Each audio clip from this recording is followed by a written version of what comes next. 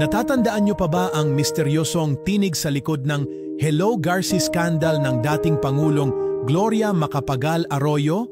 Isa na namang kabanata ng kasaysayan ng politika sa Pilipinas ang tuluyang nagsara sa ni dating Commission on Elections, COMELEC, Commissioner Virgilio Garciano sa edad na 87. Ayon kay COMELEC Chairman George Erwin Garcia, pumatay Garciano nitong Sabado, March 29. Para sa mga nakasubaybay sa politika ng bansa, hindi malilimutan ang pangalang Garciano, isang pangalan na naging sentro ng isa sa pinakamalalaking eskandalo sa kasaysayan ng eleksyon sa Pilipinas.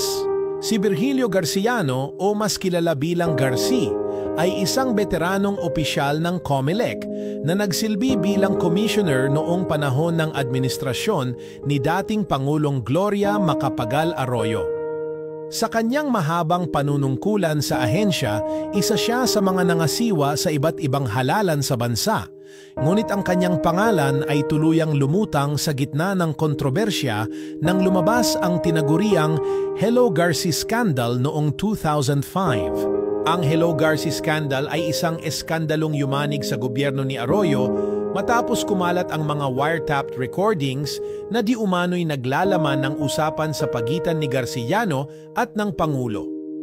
Sa nasabing pag-uusap, narinig ang tinig ng isang babae na hinihinalang si Arroyo na tila humihingi ng katiyakan kay Garciano kung siya ay mananalo sa halalan.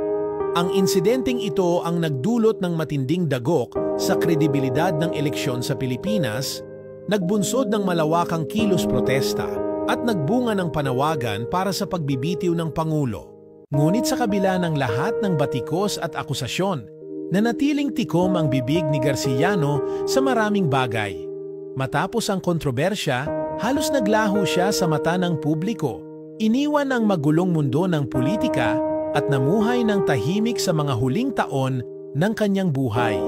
Ngayon sa kanyang muling bumabalik sa alaala ng bayan ang mga tanong na hindi kailanman nabigyan ng tiyak na kasagutan. Ano nga ba ang tunay na nangyari sa likod ng Hello Garci? Totoo nga bang may manipulasyon sa resulta ng halalan? At sino ang tunay na naghatid ng mga wiretapped recordings sa publiko?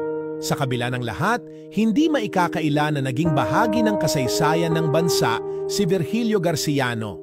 Isa siyang opisyal na minsang naging sentro ng kontrobersya, isang tinig na nagdulot ng alinlangan sa integridad ng halalan, at isang taong, sa kabila ng lahat, ay nanatiling isang palaisipan hanggang sa kanyang huling sandali.